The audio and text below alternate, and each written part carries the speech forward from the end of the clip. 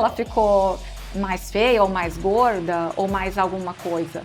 É porque ela não está se aceitando que aquele momento já se passou, já foi lá atrás. Ela está vivendo agora, o hoje. E eu comecei a achar que eu era uma pessoa que não era abençoada por Deus, porque eu não era uma pessoa que gerava frutos, né?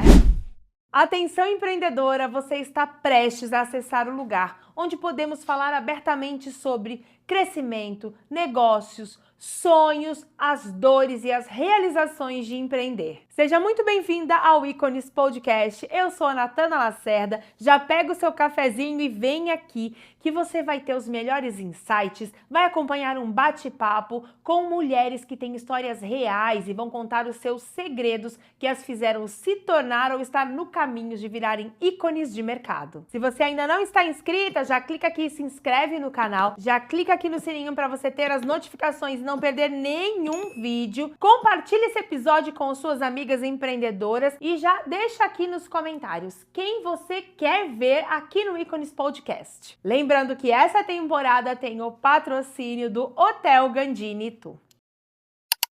Seja muito bem-vinda ao Ícones Podcast e hoje a gente está aqui recebendo uma mulher que é do mundo da moda há mais de 20 anos. Empreendeu em diversos negócios, sempre levando a paixão por moda e por consultoria de imagem para o mundo. E hoje eu tenho o prazer de receber ela aqui junto com a sócia dela, que elas são donas da CM Concept Store, uma loja que traz uma proposta super diferente e sempre trabalha a personalidade da mulher. Seja muito bem-vinda hoje aqui no nosso Ícones Podcast, Patrícia Taroso. Obrigada, Natana. Eu tô adorando fazer parte e eu admiro muito você. Você é uma mulher linda, fantástica e eu adoro sua história de vida. Então, gente, a Patrícia que tem cuidado aí de todo o meu visual, todos os looks que você vai ver aqui nesse podcast são todos idealizações dela junto com a Meire. Paty, sou muito fã do seu trabalho. A gente vai contar a tua história aqui, nós vamos falar sobre muitos aspectos, mas eu quero começar falando o seguinte, você é consultora de imagem hoje. Sim. E as mulheres que estão aqui assistindo, que a maioria são empresárias, empreendedoras, ou mulheres líderes de mercado de alguma forma, hoje existe uma forte preocupação com a imagem, porque a gente está se expondo muito, somos pessoas públicas e a imagem é muito importante. Sim.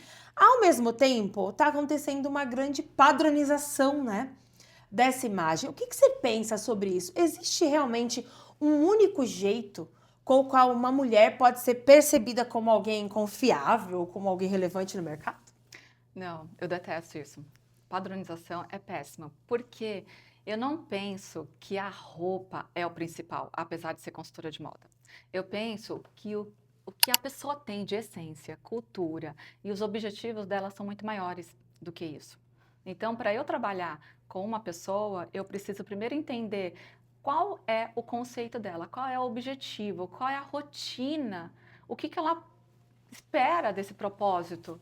E aí sim, eu vou introduzir uma metodologia onde ela vai ganhar tempo, onde ela vai economizar financeiramente e ela vai ter looks estratégicos para se comunicar com outras peças do guarda-roupa.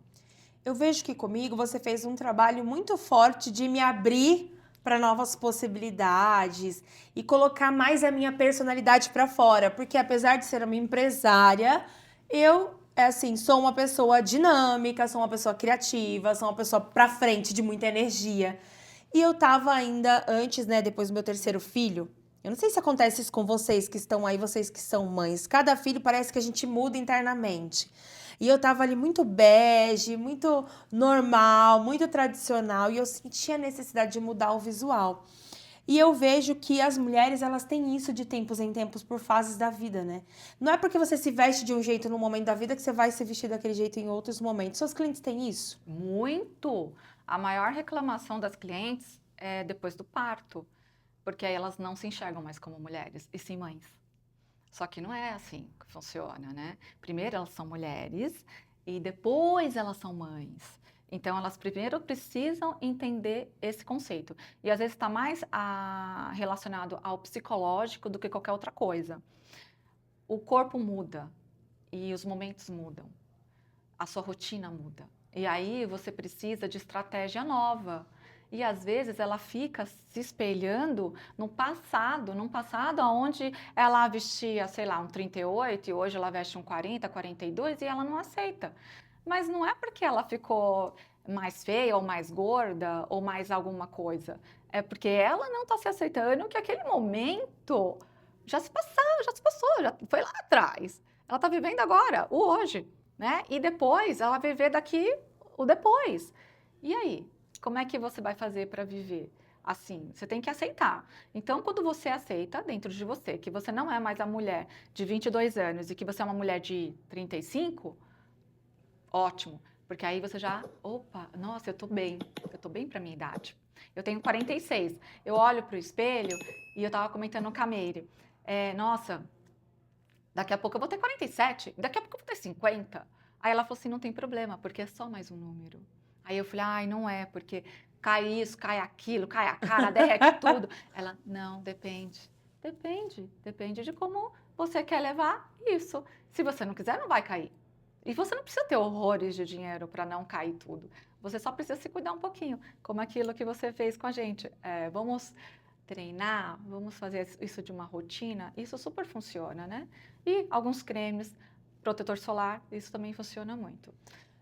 Protetor solar, Patrícia, vida. aí você tá exagerando. Protetor solar. Gente, só protetor solar Ai, gente. e rios de dinheiro em cirurgia plástica. Não, gente, Mas, Paty, funciona. essa questão das fases da mulher é interessante, porque nós envelhecemos, nós mudamos de fase. Então, a maternidade é um exemplo. Uhum. Aí, de repente, os filhos crescem. Aí, de repente, você entra numa fase mais fitness. E para cada momento você é uma. Você acha que a mulher, ela é uma só? Então, as pessoas falam muito daqueles estilos universais. Aí te enquadram num estilo universal lá. Ah, eu sou elegante. Ah, eu sou sexy, sei lá.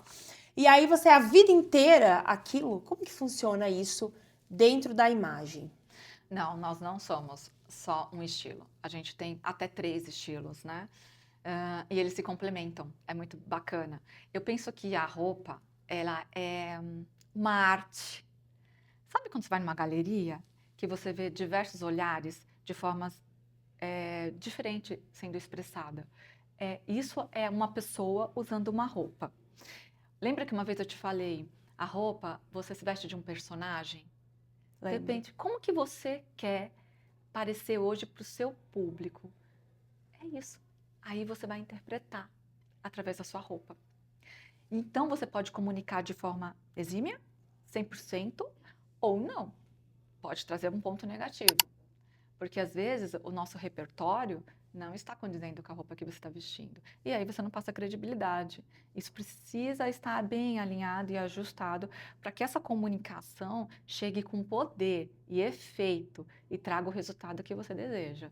Me explica como assim? É quando a gente faz um personagem, por exemplo, então, eu quero parecer uma mulher elegante, rica e não sei o que lá. E você se veste de todo um padrão, um personagem não sustenta isso? Exatamente. Tá. Por exemplo, eu vou te dar o meu exemplo, tá? Não é porque eu sou consultora de moda que eu sempre tenho a roupa certa para usar. Claro que não. Tem dia que eu tô desanimada, me sinto horrorosa, gorda, feia e etc. E aí eu só quero uma roupa confortável. Mas eu preciso sempre comunicar informação de moda. Então, o que eu faço? Eu uso o básico e jogo uma peça dramática em cima, que pode ser um acessório, um casaco, um sapato diferente. Então, eu vou trazendo pontos que traga essa informação, mas sem perder aquilo que eu acordei. Ah, eu tô com preguiça, hoje eu preciso de um lifestyle mais basic, sabe? Então, hoje eu falei assim, nossa, eu vou fazer um podcast com a Natânia, eu preciso trazer informação de moda, de conhecimento. E aquilo, a Meire me perguntou, ó, o que você vai vestir amanhã? Eu falei, putz, não sei. Não sei, olha, eu não sei o que vestir. E aí eu cheguei em casa, a minha comunicação visual é muito rápida. Se eu ficar pensando que eu tenho que fazer uma coisa, eu vou, quando eu estiver parada, eu estava vendo TV, um filme aleatório. E de repente eu comecei a pensar nesse momento. E aí eu lembrei do meu closet. E eu lembrei do que eu tinha. Aí eu falei, eu vou usar isso com aquilo outro. Só que a imagem ela já aparece pronta na minha mente. Com as pessoas, em geral, não acontece isso. Eu sou uma pessoa criativa, então para mim, para você, é fácil. Agora, para outra pessoa, não é. E a maioria das pessoas não é assim. Então, eu consegui trazer aquilo que eu esperava. E como que eu sei que eu trouxe? Quando meu marido fala assim, nossa, que roupa é essa? Ele acha estranho? Aí você acha que você acertou. Aí eu falei, uau! Acertei. Quando ele acha muito estranho o seu Quando look, ele você acha sabe que você muito acertou. estranho. É, exato. E você sempre foi assim, diferente? Sempre fui diferente, mais ou menos, né? A gente é diferente dentro daquilo das possibilidades que a gente tem, né, naquele momento. Quando que você começou com a moda? Como é que você entrou nesse mercado? Então, a moda, ela sempre esteve dentro de mim. Eu acredito que é um dom mesmo. Sabe quando você nasce com um dom?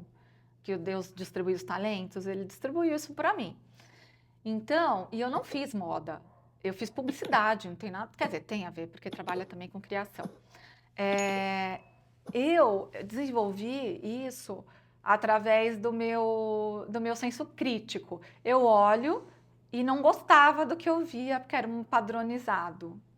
Nossa, que negócio engessado. Então eu trazia a minha personalidade para dentro daquela produção. Desde criança, é isso? Desde criança.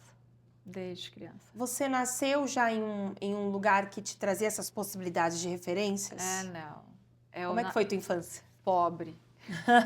Pobre. Eu vim de um lugar muito... Cocaia, não sei se vocês conhecem. Mas eu tenho, assim, muito orgulho, porque a minha mãe foi uma pessoa muito guerreira. E foi lá que ela conseguiu construir a casa dela. Foi lá que ela deu estrutura pra gente. Então, eu tenho muito orgulho. Eu não tenho vergonha de falar que eu era pobre de Marredeci. Eu não tinha nem boneca. Fui ganhar, sei lá, minha primeira Barbie, eu já era quase uma mocinha, quase uma adolescente. E eu brincava, porque eu era muito inocente. E através do que eu tinha, eu transformava todas as bonequinhas que eu tinha, simplesinhas, em como se fossem modelos, né, com muita personalidade. E toda criança, não sei se você já teve esse sonho de ser modelo. Todo mundo quer ser modelo, todo né? mundo já brincou disso. Nossa, muito legal. E eu gostava, e eu fazia várias produções, colocava um elemento em cima do outro, que a gente chama de sobreposição. Eu tô com uma sobreposição agora. Uhum. E isso é muito interessante, eu já fazia isso. Ó. Por exemplo, eu me vejo vestindo coisas que hoje a população não está preparada. Eu estava vestindo camisola 2 anos atrás que ninguém estava preparado na rua. Que isso, que loucura. E hoje é normal, que é o slip dress e outros acessórios. Então, assim, eu sempre estou mais à frente, mas não é porque eu sou mais sabida, eu sei demais. Não, isso é uma intuição, é uma coisa que vem de dentro, assim, eu percebo coisas. E você já era assim desde criança, você me contou que brincava, começou a vender. Conta aquela história que você começou já a trabalhar com acessórios e vendia na escola. Exatamente. Eu tive até uns 9, 10 anos. Eu e uma amiga minha, hoje ela mora no Canadá, a Tatiana, e a gente fazia as pulseiras de miçanga, só que era toda personalizada, não era qualquer pulseira de miçanga, era a pulseira de miçanga. E a gente vendia para todas as crianças da escola. A gente vendia bolo, a gente jogava no jogo do bicho para ganhar o dinheirinho para comprar o material para fazer as miçangas. Olha isso, a gente já era empreendedora lá atrás. Você vê como a infância ela sempre nos dá pistas do que a gente vai viver. Eu também brincava de coisas de empreendedora, eu brincava de ter escritório, brincava com microfone, de apresentar e tudo de ensinar, brincava de ser professora, é tudo que eu faço hoje. Então, as brincadeiras de infância elas têm sim a ver com o nosso futuro muitas vezes, né? E aí você primeiro entrou no mercado da moda como modelo? Não. Como é que foi? Eu comecei a empreender como lingerie. Eu vendia umas lingeries diferenciadas, eu já tinha uns 20 anos. E aí vendia para as amigas. E eu comecei a produzir essas lingeries também. E eram muito diferentes, muito bonitas. Eu participei até de feiras. Depois eu comecei a vender também tricô. Os tricôs diferentes. Era uma blusa assim, a gente trabalhava no momento da moda, porque a história da moda, ela tem muito a ver com o que a gente usa. E naquela fase, naquela época, eram as coisas mais engessadas possíveis. Porque se você usasse uma coisa mais diferente, você era taxada como uma biscate, assim, tipo isso. Isso era que ano? Eu acho que era em torno de... Ainda 98, 2000? Não, 2001... A moda dos anos 2000 era aquela calça baixa, Era, mas Spice Girls. só que você não podia ficar usando, né? Porque, né, não pode usar mini saia, não pode isso, não pode aquilo, era um monte de não pode. Eu não usava porque eu era cristã, eu era adventista, então a gente tinha uma ética dentro da religião, né? Só que eu já usava muita sobreposição dentro da igreja. Eu não mostrava meu corpo, mas eu era muito fashionista. E o pessoal ficava assim, nossa, que estranho isso. Muito estranho. A adventista é uma religião que ela é mais tradicional, é isso? Extremamente tradicional. E você, desse jeito diferentão, era adventista? Eu era porque eu fazia sobreposição, então eu não mostrava meu corpo, eu não escandalizava. Mas eu trazia informação de moda. Porque é a sua personalidade, não tem o que você negar isso, né? E aí a gente trabalhou com a lingerie, aí eu trabalhei com tricô, trazendo os tricôs diferentes, vendendo para as amigas, aí deu super certo. Aí depois eu dei uma pausa. Aí eu pausei, fiquei um tempo fazendo outros cursos que eu fiz. Todos os cursos que eu fiz têm a ver com moda, indiretamente, sem eu saber que ia fazer moda. Consultoria de moda, né? O que eu fiz? Eu fiz publicidade, que mexe com criação e comunicação. Posicionamento. Aí depois eu fiz AutoCAD, que mexe com, quero 3D, que mexe com construção. Então eu pego a criatividade que eu viro em algo concreto. Depois eu fiz, cheguei a fazer um pouco de design de interiores, que trabalha com a parte estética, visual. Depois eu fiz tecnologia de tecido, que trabalha também a estrutura, o conforto, o caimento de todas as peças. Porque eu queria entender isso, eu queria o que funciona, o que é bom, o que não é bom, como uma roupa ficaria nesse tecido e como ficaria naquele outro. Então, isso me trouxe esse diferencial. Aí eu cheguei na consultoria de imagem. Isso você tinha quantos anos? Na consultoria, eu não lembro. Mas foi mais velha? Foi mais velha, foi mais velha. Você já velha. era mãe? Não, não era foi mãe. Antes da maternidade. Exatamente. Então, a consultoria de imagem e ser modelo. Então, você não começou a ser modelo na adolescência? Comecei com 13, aí não pude continuar. Eu comecei com a Ana Paula Arósio. Era bem legal, a gente era da mesma agência. Depois eu não pude mais continuar, porque a minha mãe, ela trabalhava, eu só era minha mãe, eu e meu irmão. Então, a gente não podia continuar, porque tinha que me acompanhar em todos os testes. Parei, comecei a trabalhar como secretária, numa contabilidade. Por lá eu fiquei 4 anos. Com 14 anos eu comecei a trabalhar. E aí, depois disso que eu entrei na faculdade de publicidade. Né? Mas eu quis fazer cinema, eu quis fazer moda. Eu só não fiz moda por conta de dinheiro. A faculdade de moda era mais cara que a de publicidade. Então, a gente trouxe todo esse repertório para que eu chegasse aqui, como empreendedora. E aí, a modelagem começou aos 13 anos. E eu sei que até hoje eu vejo você fazendo alguns trabalhos. Quando que voltou? Voltou depois dos 28 anos, 29 anos. Nossa, já estava mais velha, bem mais velha. Eu pensei que jamais eu ia fazer parte desse mundo. Então é possível fazer uma carreira de modelo depois dos 25, aliás, 28? É muito mais fácil. É muito mais fácil, essa concorrência é muito menor. É fantástico. E veja só, eu comecei numa agência grande, famosa, importante de São Paulo. Já com 28? Que tem vários modelos internacionais. Tem modelos que são da Victoria's Secret hoje em dia, enfim, modelos assim muito importantes. Então eu comecei nessa agência. Mas você já tinha esse biotipo, é isso, de modelo? Sempre foi magra. Você não é tão alta, né, Paty? Não. Para ser modelo de passarela, mas de publicidade, eu sou modelo, sim. Exatamente, modelo comercial, de publicidade. E aí, Tem muita gente que você vê que começa nessa idade. Meninas, olha, tem jeito pra todo mundo aí, ó. Quem quer ainda ter essa carreira, ainda é possível, né? Muito possível, muito possível. Porque agora, quando a gente tem. Depois, eu estava falando para você que a gente está envelhecendo de uma forma muito saudável, muito interessante, né? E cada vez quanto mais velha a gente fica mais atraente, mais bonita, mais sexy, a gente fica mais segura. E o que os homens mais admiram numa mulher? Segurança, não é a beleza em si. Uhum. Segurança de como a gente se posiciona, como a gente é audaciosa, pretensiosa, sim, quando tem que ser, a gente é forte. E isso a gente só consegue com a maturidade. E aí as agências, elas buscam e valorizam. Aí você começou a fazer muitos trabalhos e você foi até para fora do país. Foi. Eu já modelei em vários países. Já modelei na Itália, na Argentina, em Lisboa, no Chile.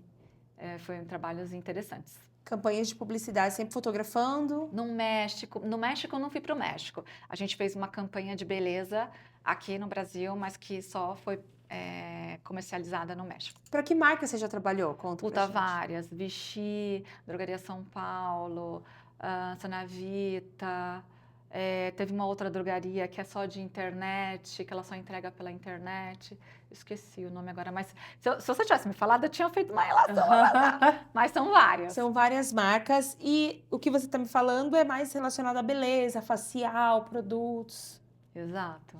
E você tinha me dito uma vez, que a gente estava batendo um papo, que as pessoas procuram muito as mulheres nesse estilo brasileiro, né? Exato. Mulheres que têm essa cara do Brasil e tal. Exato. Aí, ó. Porque você é muito cara de propaganda, muito. Olha aí. Porque eu percebi, a produtora que eu faço os trabalhos, ela me ensinou uma técnica de perceber pessoas que têm esse perfil. Então, quando eu olho alguma pessoa, eu sei quando ela tem essa identidade para o comercial. E você tem? Imagina, gente, eu estrelando campanhas aí. Só faltava essa, né? Nossa, mais essa, não ia tem como. super funcional. Ô, Paty, voltando a falar da questão da moda, da imagem, dessa tua história, você depois teve lojas de roupas? Ou você sempre levou em paralelo, sempre modelando e aí falou, vou empreender na moda de novo? Então, eu primeiro comecei modelando, aí depois eu parei, aí eu comecei com loja, aí depois me especializei, trabalhei, porque eu queria sempre trazer algo que fosse de educação. Eu não queria, porque eu não acredito que a roupa é só para vestir. A roupa é muito mais que isso. E eu não quero, consultora de moda não é para deixar você bonitinha ou para te ensinar a vestir, de forma alguma. Tem nada a ver com te ensinar a vestir. A consultora de moda, ela está na sua vida para te ensinar estratégica a seu favor. É como se ela fosse sua professora de artes cênicas. Fala Entende? mais sobre isso. É como você olha o seu closet, o seu guarda-roupa e você vai começar a criar aquela cena. Qual é o papel que eu vou interpretar hoje? E aí, através desse papel, é onde você vai escolher as roupas dentro do closet. Então, eu ensino você a pegar a roupa certa para aquele papel daquele dia, daquele momento, daquela hora. Fala um exemplo de papel, que fica muito subjetivo para nossa mente comum do dia a dia. Hoje eu quero ser a empresária de sucesso. Exatamente. Eu quero ser empresária de sucesso, a que fecha contratos assim milionários. Então, eu vou vestir algo que seja perfeito. Perfeito. Aí vai sair com o marido. Eu quero ser a esposa sexy, não sei o quê. Ou eu quero ser a mais comportada feminina. É isso. Exatamente, exatamente. E quando eu falo perfeito, para aquela mulher que vai fechar um contrato milionário, eu estou falando de... Aí a gente está falando de estrutura, de caimento, a gente está falando de uma alfaiataria e a gente não vai trazer componentes dramáticos, não. A gente vai trazer cortes modernos dentro da alfaiataria. Se for uma pessoa muito, muito tradicional que você vai atender, aí a gente vai trazer sim essa informação de tradicional. Porque uma pessoa que ela é muito tradicional, se ela vê você moderna ou dramática, talvez ela não confie em você. Muito diferente para ela. Exatamente. Então a gente sempre adapta o nosso estilo, a nossa personalidade e ao contexto e ao papel. É um alinhamento, né, de todos esses detalhes. Tem que tomar um pouco de cuidado com o seu cliente, como que ele é. Qual que foi a primeira loja que você montou? Você já tinha esse papel de sempre ensinar a cliente a educar? Sempre, Sempre. Sempre. Mesmo antes de ser consultora de moda. Eu sempre Fala desenhei. então dessa primeira loja. A primeira loja é a Chá com Canela. Aí depois veio outras lojas, que aí tinham vários nomes. A gente começou com a Chá com Canela há mais de 22 anos. Isso em São Paulo, Em São Paty? Paulo, no mesmo ponto que hoje existe ainda a Chá com Canela, só que é com a minha ex-funcionária, que é a Rose, e ela está lá até hoje. Então, veja só, a gente começou com a Chá, aí depois a gente começou com outras lojas, que aí a gente vendia a lingerie, aí a gente teve outra loja que era fitness, que era diferente. Tudo que eu penso no diferente. Eu nunca trago o tradicional. A gente começou também com uma outra loja, que era uma roupa tradicional, só que uma tradicional com uma pegadinha de diferente, para aquela mulher que é mais engessada, mas que também é prática, que não pode amassar a roupa, que ela é muito tipo, eu corro o tempo todo. Eu digo que é mais para uma mulher que é não aquela empresária engessada, é aquela empresária que ela pode usar uma roupa mais comfort. Era essa pegada. Comfort. A gente trouxe uma loja que era uma segunda linha da Chá com Canela, que aí a gente manteve o nome Chá com Canela, que foi em Moema, atrás do shopping Ibirapuera. E aí essa roupa era um pouco mais elaborada do que da Chá. O ticket médio dela era bem mais alto. Por quê? A gente trouxe ali um conceito de alfaiataria premium. E aí, para atender aquelas mulheres que gostam de grife, mas ao mesmo tempo não precisa ser a etiqueta, mas sim a qualidade, caimento, toque, tecido, a construção da roupa. Então, no fim, você teve 7 lojas, né? Que você estava me falando 7 ao lojas. mesmo A tempo. gente teve várias, Agora, vamos lá. ao mesmo Quando você que empreende na moda há tantos anos, empreendeu em São Paulo, você ia criando essas marcas porque você ia percebendo necessidades no público? Da onde vinha isso? Ou, eu quero trabalhar com isso, eu vou fazer. Não, uma necessidade. A gente sempre, como eu fiz publicidade, a gente faz uma leitura assim meio simples. Você olha o seu ambiente e você percebe que algumas pessoas estão procurando coisas que você não tem, que você não trabalha e que o mercado tem essa deficiência, não tem também.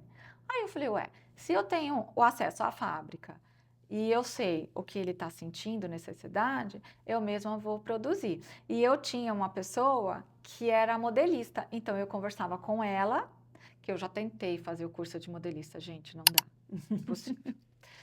Aí eu passava para ela um rabisco, um croquis, e ela entendia, e a gente fazia um protótipo. E eu era a minha prova, eu era a modelo manequim de prova.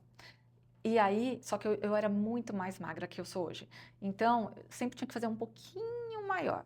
E aí é onde eu sentia a necessidade. Aqui ficou mais largo, aqui ficou com fundo maior, o cavalo. Eu preciso que o cavalo seja maior mesmo para trazer essa comunicação de mais urbano. Então, dependia ali da peça, aí eu ia mudando. Então, você desenvolvia as peças, não apenas Desenvolvi. comprava? Não. De Aí todas essas lojas, você mesclava? Lingerie desenvolvia, fitness desenvolvia e essa comfort desenvolvia. A alfaiataria, não. E tudo isso, você tendo uma loja, percebendo que o cliente não era atendido de todo. Por que não enfiar tudo na mesma loja? Não dava certo. Por quê? Primeiro ficava poluído visualmente. Eu não gosto das coisas poluídas. Eu gosto das coisas mais clean, assim. Então, quando eu pensei, como é que eu vou colocar esse comfort, que é um produto mais barato, com o meu produto mais caro, e fazer com que esse produto que esse cliente que já está acostumado com essa alfaiataria, com esse tricô mais elaborado, com essa lã batida mais estruturada, como é que eu vou trazer esse cliente para ele comprar esse produto aqui? Eu tentei. Não todas as peças. Eu tentei, por exemplo, um macacão, que era comfort, era nula manga.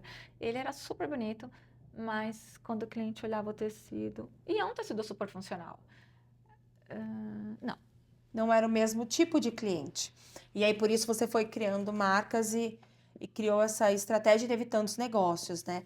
Agora, você, uma empresária consolidada em São Paulo, com vários empreendimentos na moda lá, modelando, o que você veio fazer no interior? A minha vida começou a ficar inviável. Inviável. Porque eu comecei a ir para fora do país, aí foi aí que tudo começou a fechar, né? Porque se eu não tivesse na frente, as coisas não funcionavam.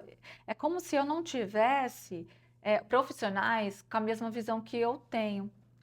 E aí ele não trazia aquela perfeição que eu queria. E às vezes eu não quero delegar. Eu até quero, mas eu sei que não vai dar certo. Aí eu vou lá e faço, aí eu perco tempo. E acabo sendo muito. Eu fico, né, na mão de obra e isso me demandava muito. Então começou a fechar.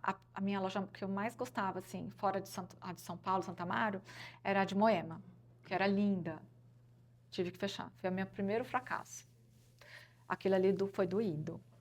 Porque eu tinha certeza que ia vingar. Eu tinha certeza. Sabe, eu estava do lado da Jaguar. Eu tinha certeza que eu ia ganhar dinheiro com aquilo. Mas a minha parceira não podia ficar. Aí eu não tinha uma funcionária que tinha a mesma visão que eu e ela tínhamos. Eu viajava muito para fora, nunca estava. E aí o negócio começou a não vender, a não se pagar. São Paulo, Santa Amaro pagava Moema. Aí eu falei, não. As minhas outras lojas, que são mais Mais simples. não acontece isso, por que eu vou pagar essa aqui que é super cara? Não, não vou, me recuso. Fechamos. Aí comecei a sentir a mesma necessidade nas outras, porque eu não tinha funcionário, o funcionário pisava na bola, enfim. Aí começou a fechar, fechar, fechar, fechar. E aí eu fiquei só com a Chá. A Chá eu conseguia dar conta. E aí a gente estava com o desenvolvimento da loja. Na pandemia, a gente entrou com a loja online, antes da pandemia, inclusive, acho que um ano antes a gente entrou com a loja online. Aí a loja online também me demandava muito tempo, porque acertar é muito difícil. Começou a desenvolver as peças, que também era outra coisa difícil. Você investia muito, então você tinha que vender rápido para você ter o retorno e comprar mais tecido e desenvolver outras peças. Começou a minha vida a ficar muito difícil. Aí tinha as crianças, né? Então começou a ficar terrível. A questão da saúde mental afetou você também nessa época? Muita. Eu fiz várias vezes terapia, várias vezes. Por conta dos negócios estarem fechando e você não ter tempo para sua vida e tal. Quando veio a maternidade na sua vida? A maternidade já veio um pouco tarde. Porque para o adventista, 27 anos é tarde. Porque eu casei com 21, né? No meu primeiro casamento foi 21. Então, demorou muito. E eu fiz inseminação, eu fiz várias coisas e nada dava certo. E eu gastei rios de dinheiro, assim, para poder ficar grávida. E eu comecei a achar que eu era uma pessoa que não era abençoada por Deus, porque eu não era uma pessoa que gerava frutos, né? No ventre. E aí eu comecei a ficar encanada com isso, porque, ai, Deus, eu não sou abençoada, Deus não tocou em mim para que eu fosse abençoada. E aquilo pesou demais. Eu fiquei com depressão por causa disso. Mas não uma depressão porque eu não sou uma pessoa de depressão. Mas fiquei bastante triste. Aí, depois disso, eu senti que não era bem isso que eu queria para minha vida, que era mais uma questão religiosa. Mas mesmo assim, eu falei assim, mas eu vou ter um filho. Independente se eu vou gerar, eu vou ter um filho, porque ele vai ser meu filho e eu vou adotar. Enfim. E aí, eu entrei na fila e era isso que Deus queria. Porque assim, todo mundo esperava 6 anos na fila, 7 anos na fila. E eu, tipo, entrei sei lá, me inscrevi. Aí no outro mês vem fazer entrevista, no outro mês vão passar por todos os testes psicológicos. E, então, daqui 6 meses, vamos conhecer uma criança? Eu falei, oi? Nem estava preparada, porque eu pensei que isso ia demorar anos. 6 meses eu estava conhecendo crianças e bebês, que eu nem pedi. Eu não coloquei lá. Porque Era um bebezinho pequeno, né? A adoção é uma coisa interessantíssima. Só que o método que eles usam é péssimo. É péssimo. É muito antiquado. Você tem um formulário, uma anamnese.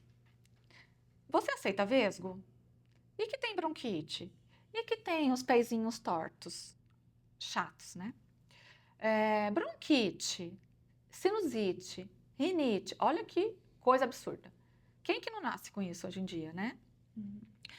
Aí tem as doenças mais graves, hidrocefalia, HIV, enfim, outras doenças. Eu aceitava até 7 anos, eu aceitava irmãos, eu aceitava qualquer cor de pele, tanto faz. Eu aceitava soro positivo, nunca me opus. Hidrocefalia eu achava difícil para mim, porque eu tinha uma amiga, que era minha parceira de trabalho missionário, muito amiga minha, e ela era nova e ela teve um filho com hidrocefalia. E eu acompanhei, eu ajudei ela nesse processo do filho dela. Ele viveu até os 13 anos e foi muito difícil. Então, eu sei o que é uma pessoa com hidrocefalia grave e é muito difícil mesmo. Então, eu não dava conta disso, mesmo porque eu tinha uma vida de missionária muito grande, muito ativa. Então, eu falei assim, isso eu não dou conta, mas todo o resto eu dou. Só que eu achei que ia demorar. E, de repente, vamos conhecer um bebezinho aqui, vamos conhecer. Aí, eu comecei a ficar em pânico e comecei a dizer não para todas as crianças. Todas. Porque você achou que foi muito rápido, você não estava emocionalmente preparada. Não, eu comecei a ficar assustadíssima. E aí, um dia, eu conheci uma menina negra, linda, de cabelo afro. E eu falava assim, meu Deus, ela é minha filha. Ela tinha 4 anos. Ela tinha nascido soropositiva. Mas a gente estava esperando ainda negativar, porque ela estava num período ainda que podia negativar. Mas independente, eu já sabia o que eu queria. Se ela negativasse, não, tanto faz para mim. E eu queria muito aquela menina, muito. Eu falei assim, é minha filha, e ela me chamava de mamãe, e eu pegava ela no abrigo para passar o final de semana comigo, porque a gente estava fazendo eles chamam de aproximação. E aí a gente fez isso por uns 3 finais de semana. De repente, me chega um irmão, o Kaique. Kaique, com 7 anos, garoto lindo, maravilhoso, pegou na rua. Ele não queria ser adotado, ele estava com a avó.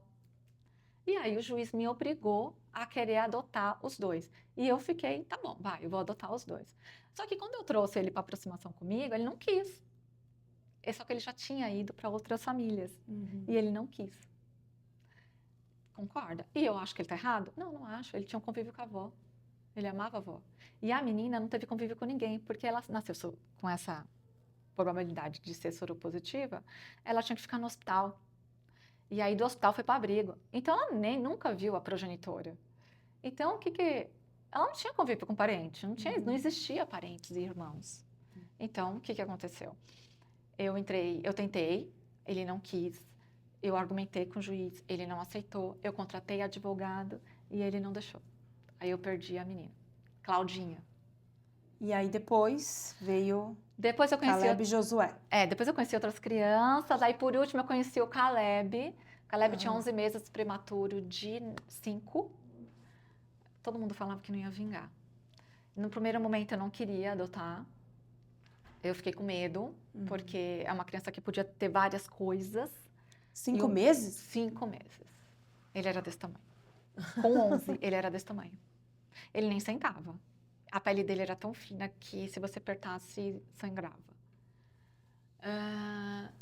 E eu fiquei com ele, aproximando dele por 4 dias. Mas eu já tinha falado que não queria. Por isso que eu falo, quem é do conselho tutelar e quem está nessa parte por trás, seja estratégica. Essa mulher foi. E eu agradeço ela, assim, do fundo da minha alma. Ela simplesmente ligava para mim e falava assim, você não é missionária? Então, você não quer fazer um trabalho missionário para mim, de me dar carona para levar o Caleb no hospital? Ela fez isso comigo durante 3 vezes. Eu saía da minha casa... 3 meses? Não, 3 vezes. 3 vezes você saiu de sua casa para levar Caleb. Caleb no hospital, que era outro nome, era Juan Pablo. Nada a ver com o Caleb. E aí você pegou o Caleb e depois veio o Josué. Aí eu fui morar nos Estados Unidos. Morei no Michigan. Aí eu estava no Michigan ainda. É uma história bem curiosa, porque assim, eu achei que já acabou o nosso ciclo. Era 2 na primeira vez da fila. Como já tinha aí, só foi 1, passou. Então, o que aconteceu? Eu estou nos Estados Unidos, o Caleb já estava com 4 anos. Aí me liga. Olha, eu estava para voltar para o Brasil, tipo, na mesma semana. Tem um menininho para você conhecer. Aí eu falei, como assim? Eu já adotei o Caleb. Ela falou assim, não, mas já tá na vez da sua filha. Eu falei, impossível. Impossível, tem milhões de gente na minha fila. 4 anos, tá na vez da minha fila de novo? Não tem como. Aí ela falou assim, eu tô vendo aqui que você tem um menininho. Eu vou fazer o seguinte, eu vou passar esse menininho para baixo e vou pegar, porque a próxima é uma menininha. Aí eu falei, tá bom. Então, quando eu chegar no Brasil, eu vou falar com você e a gente vê. Aquilo ficou me incomodando profundamente. Porque se Deus falou assim, Patrícia, é um menino, não é uma menina.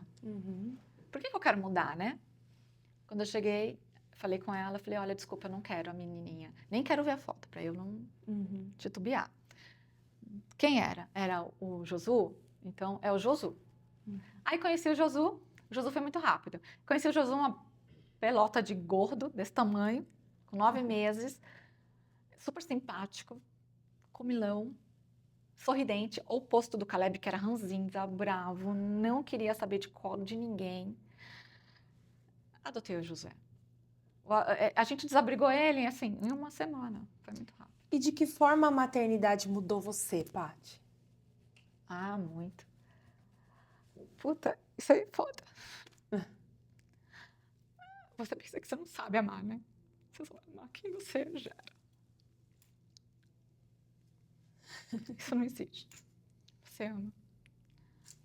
Ama, assim, de uma forma assim, muito maior. Eu amo tanto que eu tenho até raiva quando as pessoas falam, ai, mas ele é seu filho? Tipo, eu tenho raiva, eu quero voar na cara da pessoa, arrancar os cabelos da pessoa, furar os olhos das pessoas. Você acredita? Eu tenho raiva de quem tenta diminuir ou falar qualquer coisa dos meus filhos. Porque eu acho eles... São sua vida, né? Nossa, espetaculares. Espetaculares. A maternidade por adoção, então, para você, ela te transformou completamente. Sim, sim. E a gente... Mas que lindo que você contou pra gente. Eu achei tão humano, porque você não romantizou, sabe? Não. Eu vejo que as pessoas, a hora que elas vão falar da maternidade por adoção, poucas pessoas falam, eu recusei criança, e foi estranho, eu tava apavorada. A gente acha que é só um caminho lindo, que você vai lá e aí, né? E vai lá e adota. E nesse meio tempo, você sendo mãe,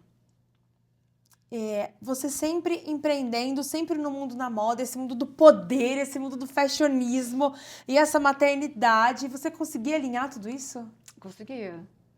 Você sempre trabalhou, mesmo eles sendo pequenos? Não. O adventista, ele sempre pensa que você tem que orientar essa criança no caminho do Senhor.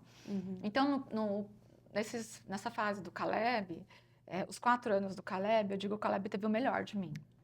Josué, coitado, não. Mas esses 4 anos eu me dediquei 200% pro Caleb. E o Caleb era muito doente. Então, eu precisava realmente fazer isso. Todo o diagnóstico do Caleb, que os médicos falavam que ele ia talvez morrer, ou ia ter muitas sequelas gravíssimas, ele não tem nenhuma. Então, tudo que eu aprendi na igreja adventista, eu já não sou adventista, mas tudo que eu aprendi foi muito importante.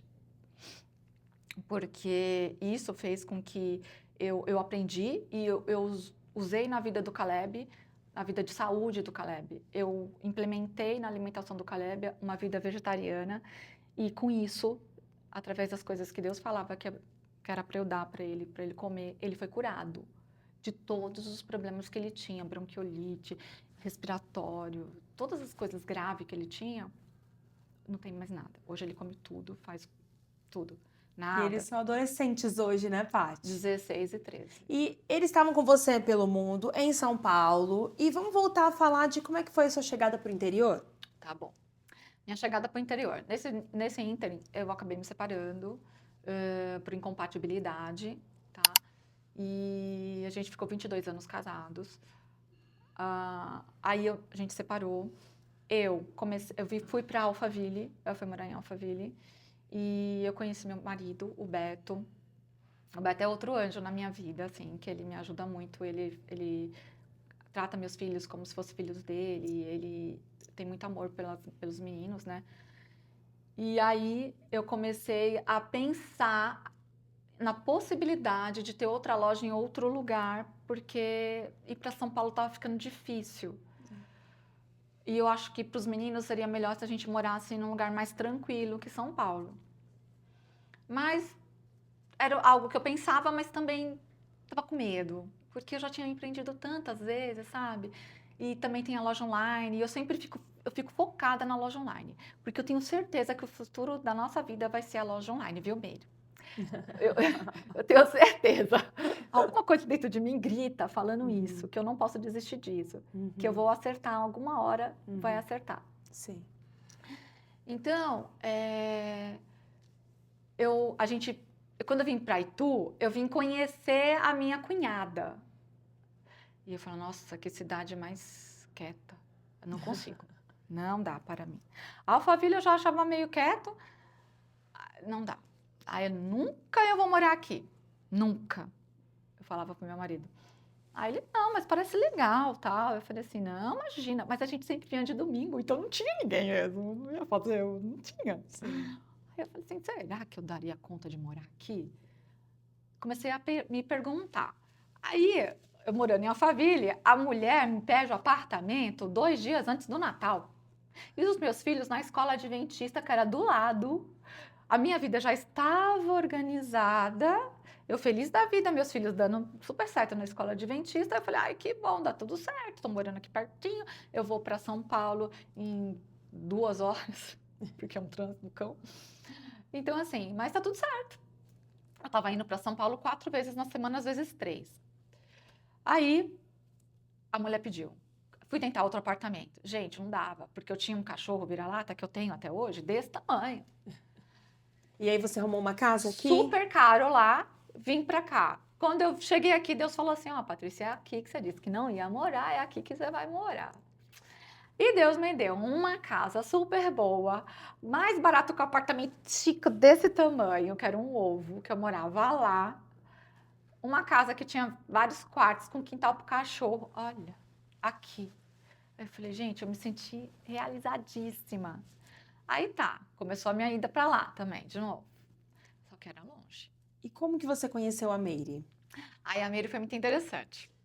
A Meire foi muito gozada. E eu, Deus, por favor, Deus, apesar de eu não ser mais adventista, eu falava, minha conexão com Deus sempre eu tive.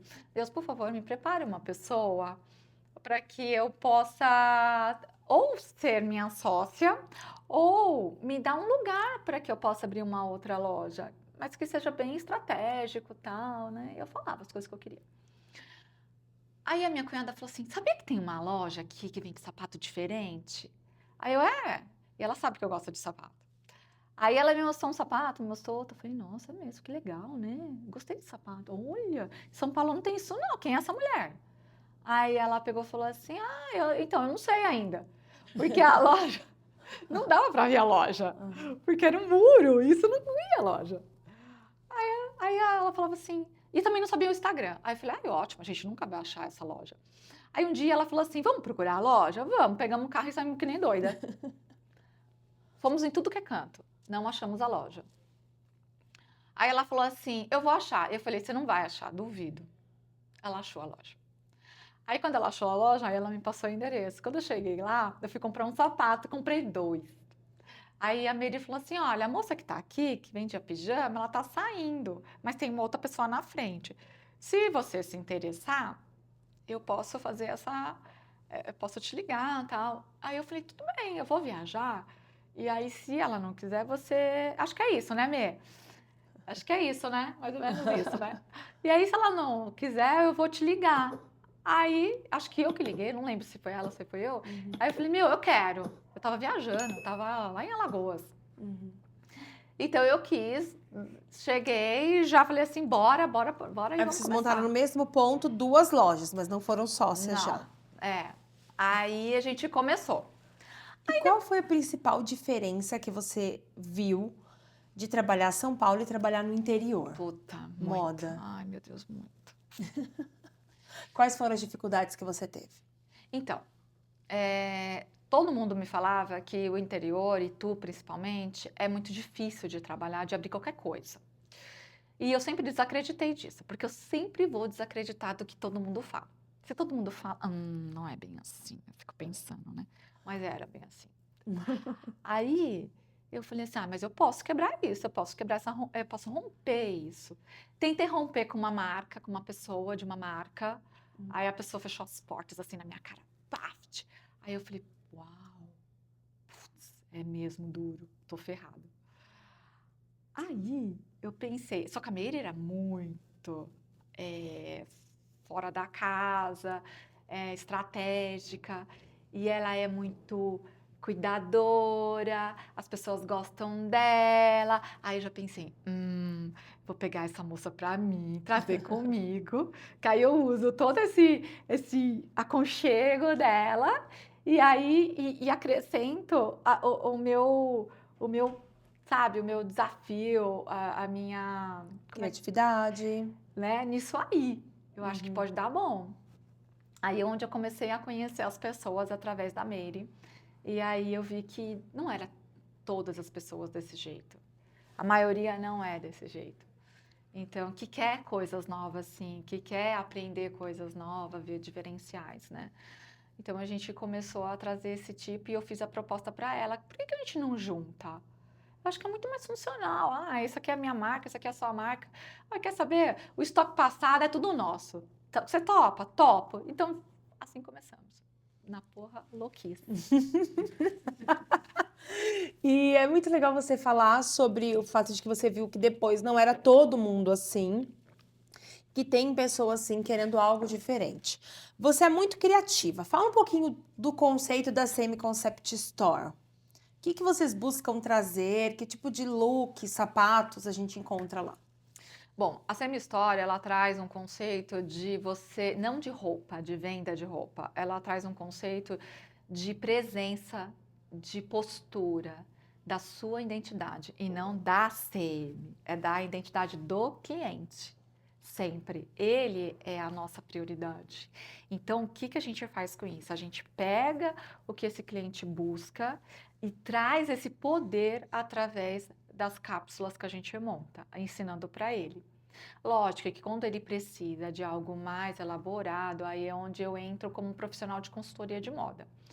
Então, é isso que a nossa ACM traz. Ela traz uma versatilidade, ela traz um novo comportamento, uma nova leitura, ela traz textura, ela traz cheiro, ela traz criatividade e ela traz uma nova visão de como você pode levar a sua vida sem ser engessada, sem ser igual a todo mundo. Eu vejo que vocês, mesmo trazendo alguns itens tradicionais, sempre tem aquele toque de personalidade, né? É. O tradicional nunca vai sair de moda, né? Então só que a gente tem que trazer algo de novo, porque senão fica tudo muito. E hoje você que veio de São Paulo junto com a Meire aqui de Itu, criaram hoje uma comunidade que são as Musas CM. Exato. Quem é essa mulher? Quem é a Musa CM? Todas querem ser musa. Todas que querem pertencer, que querem ter um diferencial, que querem se comunicar de uma forma de repente inovadora ou com mais poder, passar todo o seu conhecimento, porque nem todo mundo consegue passar o conhecimento que tem. Porque às vezes ela tem um bom vocabulário, mas ela não passa a força que tem através da roupa, da imagem, né? E isso precisa comunicar, isso é muito sério. Na política a gente vê isso. Você precisa comunicar com a sua linguagem corporal, física, enfim, tudo tem que estar conversando. Então a gente busca trazer esse renovo. Eu acho que é isso. Para a mulher. Pega essa mulher e você renova ela, transforma ela com os looks, com as propostas, né? Porque nunca é só uma peça. Não. É um look, é uma proposta. É. Esse personagem que você brinca, né? Quem ela quer ser naquele dia. Exatamente. Essa possibilidade, quem você quer ser hoje. Isso é muito legal. E você sabe que a nossa curadoria, ela é feita com um olho muito clínico. Eu sou muito criativa. Aí vem a minha sócia com aquela, tipo, segura aí, calma. Eu acho que é por isso que vocês funcionam, né? É. Então, às vezes, quando eu quero trazer algo de mais aí ela, isso legal, isso não, aí já exagerou, calma aí. E aí é onde a gente constrói esse equilíbrio e entrega para nossa musa. Essa musa, ela busca algo que fique bom no corpo dela. Que ela olhe e fale assim, nossa, como eu estou bonita. Eu não sabia que eu era essa mulher. Então, é onde a Mary vem comigo para trazer esse equilíbrio na curadoria. E as nossas peças todas se comunicam com o seu guarda-roupa. É verdade, porque tudo combina com tudo. É impressionante isso. A gente Mesmo consegue sem, montar muitos looks, não é? mesmo sem a Com gente conhecer o peças guarda-roupa da pessoa. mesmo assim. Eu vejo que esse equilíbrio de vocês, ele formou uma mistura muito incrível lá na CM. Eu sou apaixonada pela loja, por vocês. Gente, elas são assim, ó, pessoas, sabe? Gente, da gente. E eu quero falar uma coisa pra vocês. Assim, existe um estereótipo, né? Até a Meire que tá aqui, a gente vai bater um papo com ela também, do que é uma dona de uma loja, de como se comporta, de como ela se parece, de como ela atende. É tudo sempre muito assim de um jeito, dentro da moda, né? A gente usa muito, e no interior é todo mundo um pouco parecido. Vocês são tão diferentes, vocês são bem recebidas por isso?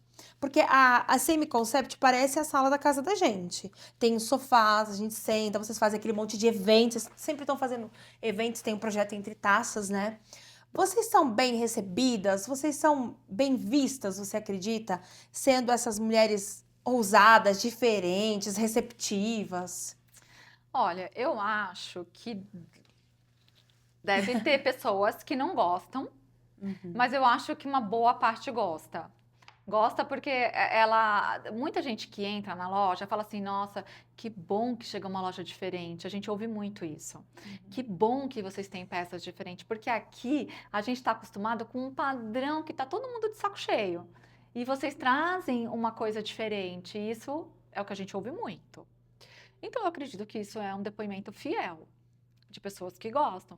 Agora, tem pessoas que acho que não gostam, ou porque a gente é demais, ou porque é de menos, ou não sei. E tá tudo bem, é o público, né? Exatamente. Eu digo assim, que sempre quando você monta um negócio, você não tem que pensar em agradar todas as pessoas e atender todas as pessoas. Esse é o maior erro das empresárias. O que você precisa é entender quem é o público que você escolheu. E essa escolha, ela abarca uma parcela de pessoas e ela exclui uma outra parcela. Que lógico, seria incrível que a gente pudesse atender, mas não dá. Né? E essa escolha de mercado, ela tem um preço de excluir uma parcela de público, mas um preço de atender um outro público. Eu vejo que você, assim como você veio fazendo nas suas empresas em São Paulo, que você foi criando novas possibilidades, observando a demanda, aqui você chega na mesma proposta.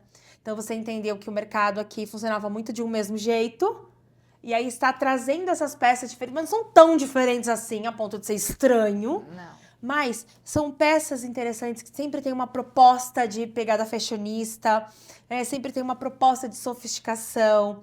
E o jeito que vocês ensinam as mulheres a mesclar é que tem feito a diferença, né?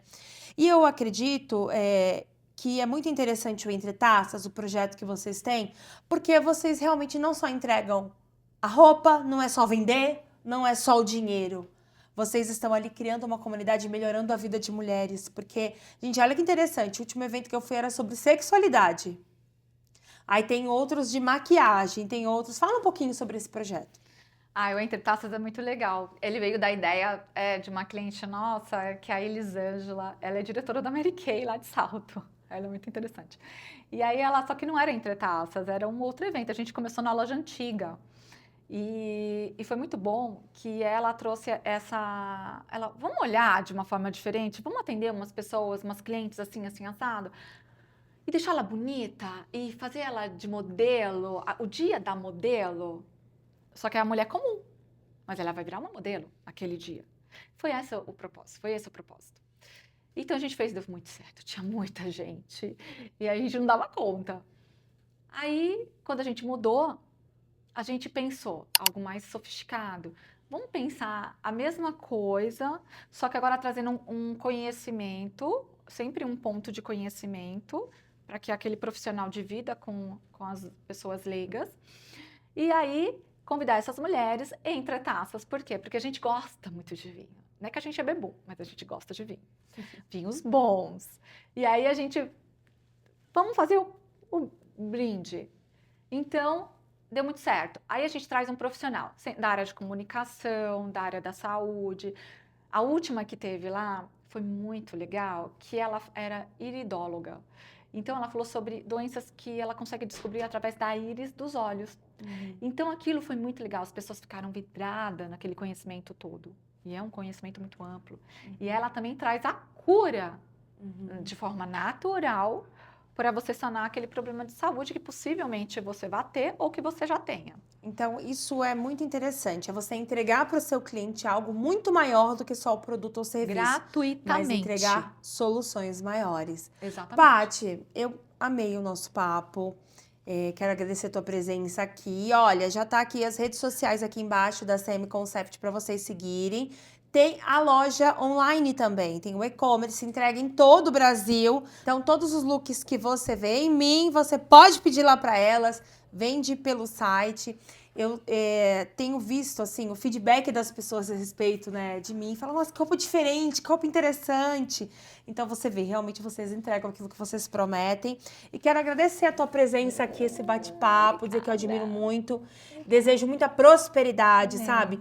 Que mais e mais mulheres possam conhecer a CM, sabe? Entrar e ser acolhidas por vocês do jeito que são, que é um lugar que muitas vezes nós vamos para ter aquele respiro durante o dia, que a gente sabe que de lá a gente vai sair abastecida, comprando ou não, né? Comprando a gente ou vai não. sair com esse cafezinho, vai sair abastecida, vai sair com algo muito maior que vocês entregam lá, que não é só roupa.